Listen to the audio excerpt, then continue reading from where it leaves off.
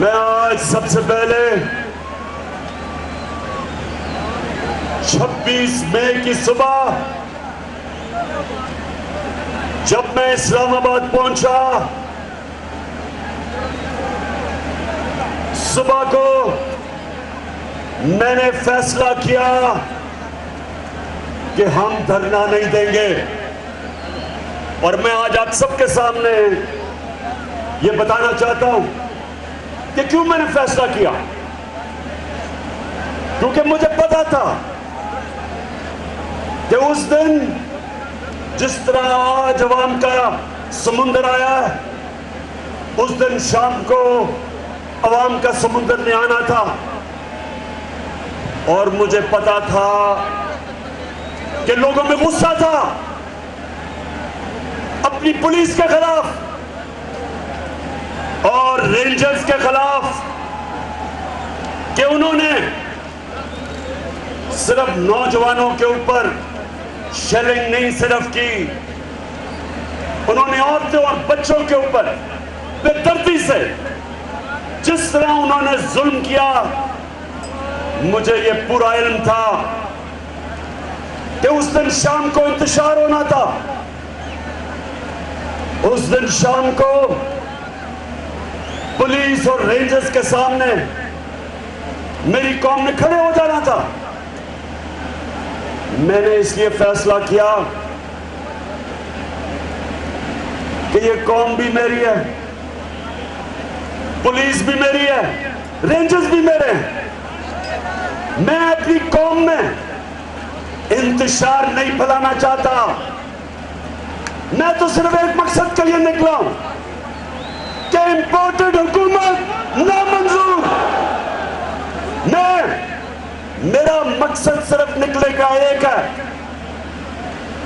کہ ایک امریکی سازش کے تحت یہاں کے میر جعفر اور میر صادق نے مل کے انہوں نے سازش کی، ایک 22 کروڑ عوام کی الیکٹڈ حکومت کو ہٹایا،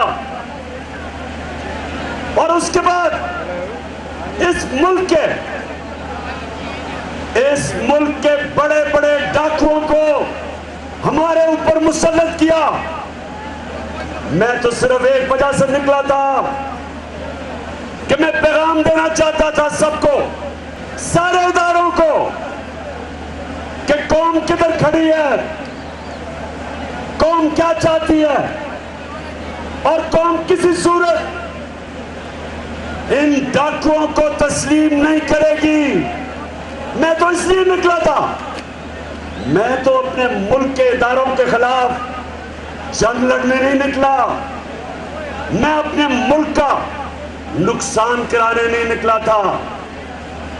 تو یہ سارے جو امپورٹڈ حکومت کے لوگ ہو، سب کان کھل کے سن لو، مجھے پتا تمہاری کوشش کیا ہے۔ تم چاہتے ہو کہ ہم اپنی فوج سے لڑ پڑیں، تم یہ چاہتے ہو کہ ہم اپنی فوج اور اپنی عدلیہ کے سامنے کھڑے ہو جائیں۔ کان کھول کے سن لو امپورٹڈ حکومت والوں، چیری بلاسم سن لو،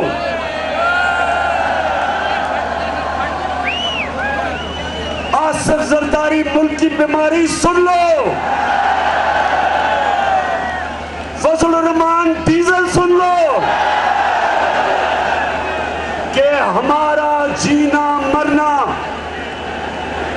پاکستان میں ہے۔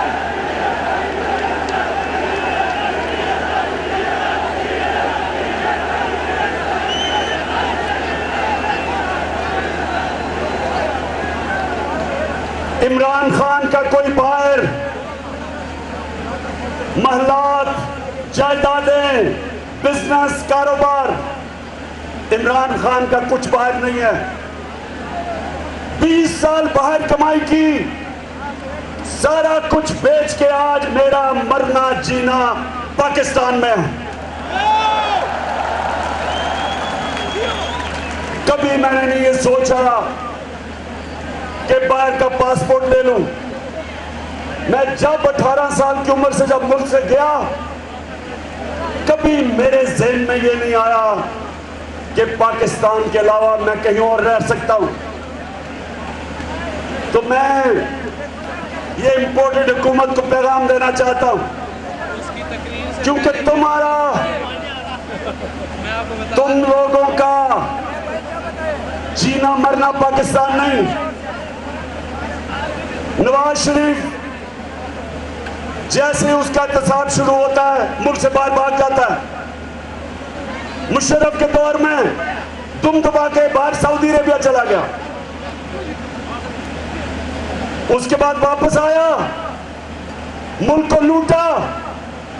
پھر جب اس کے کیس شروع ہوئے پھر واپس بھاگ گیا, اور اب پھر این آر او کی انتظار کر رہا واپس آنے کے لیے. آصف زرداری کتنے سال باہر رہا. ان کی جائیدادیں پیسہ جو ادھر سے لوٹا وہ باہر ہے. ان کو کوئی فرق نہیں پڑتا. ان کو کوئی فرق نہیں پڑتا اگر پاکستان نیچے جاتا ہے, اگر روپیہ گرتا ہے. ان کے ڈالروں میں پیسے ہیں, ان کی دولت میں اضافہ ہوتا ہے. اگر یہ ملک نیچے جاتا ہے ان کو کوئی فرق نہیں پڑتا کیونکہ یہ تو پھر باہر جا سکتے ہیں. نواز شریف کے تو بیٹے باہر ہیں, برطانیہ کا پاسپورٹ لیا ہوا ہے, کہتے ہیں ہم پاکستان کے شہری نہیں. زرداری جب پریزیڈنٹ تھا 50 دفعہ دبئی نجی دوروں پہ گیا. نواز شریف 22 دفعہ لندن نجی دوروں پہ گیا. تو ان کو کوئی فرق نہیں پڑتا. یہ وہ لوگ ہیں, یہ سنیں میرے پاکستانیوں, یہ غور سے سنیں. یہ جب اقتدار میں تھا زرداری, اس نے حسین حقانی کے ذریعے امریکی سپاہ سالار کو میسج دی. کیا پیغام دیا کہ امریکنوں کو کہا کہ مجھے زرداری کو پاکستان کی فوج سے بچا لو. پریزیڈنٹ ہوتے ہوئے پاکستانیوں پریزیڈنٹ ہوتے ہوئے امریکنوں کو کہتا ہے کہ مجھے پاکستانی فوج سے بچا لو.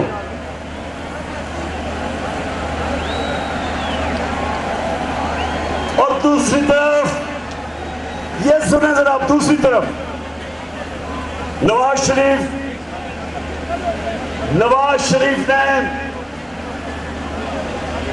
ہندوستان جب وہ گیا, ہندوستان میں اس نے کشمیری حریت لیڈرز کو نہیں ملا کہ نریندر مودی ناراض نہ ہو جائے. اور کھٹمنڈو میں جب چھپ کے سار کی میٹنگ کی نریندر مودی سے تو اپنی فوج سے بچ کے کی. کشمیریوں پہ وہ ظلم کر رہے تھے, کشمیریوں پہ ظلم کر رہے تھے نریندر مودی کی حکومت. اور یہ مودی کو گھر کے شادی پہ بلا رہا تھا. تو ہمیں پاکستانیوں, ہم جانتے ہیں ان کا کوئی فکر نہیں پڑتا اگر پاکستان نیچے جاتا ہے. اس لیے جب میں نے فیصلہ کیا کہ میں دھرنا نہیں دوں گا, وہ اس لیے کیا کہ ہمارا جینا مرنا پاکستان میں, ہماری فوج, ہمیں ضرورت ہے ایک طاقتور فوج کی, اس ملک کی ضرورت ہے. اور ہمیں پولیس, اگر پولیس نے تو ظلم کیا, وہ ساری پولیس ویسی نہیں ہے, اور اس کے اوپر بھی میں بعد میں بات کروں گا. لیکن مجھے یہ پتا تھا کہ اگر میں اس دن دھرنا دے دیتا تو ملک میں انتشار ہونا تھا اور فائدہ صرف چوروں کو ہونا تھا. لیکن پاکستانیوں, آج نوجوانوں, خاص طور پہ آج میں نے آپ نے بات سنی, میں نے اس لیے آج آپ سب کو یہاں دعوت دی کہ میں یہ ثابت کرنا چاہتا تھا کہ اگر یہ 25 کو ظلم نہ کرتے, پولیس چھاپے نہ مارتی, ٹیئر گیسنگ نہ کرتی, راستے نہ روکتی, تو اسی طرح عوام کا سمندر آنا تھا اسلام آباد. اور عوام کے سمندر نے صرف ایک چیز کہنی تھی, انہوں نے صرف ایک نعرہ لگانا تھا, امپورٹڈ حکومت نامنظور. کیونکہ قوم نہ یہ امریکہ کی سازش تسلیم کرتی ہے, اور نہ ان ڈاکوؤں کو جو 30 سال اس ملک کا پیسہ لوٹ رہے, نہ ان کو تسلیم کرتی ہے. اور ہم سب کو اپنے سارے ملک کے اداروں کو پیغام دینا چاہتے تھے, پرامن احتجاج کر کے جو ہمارا حق ہے.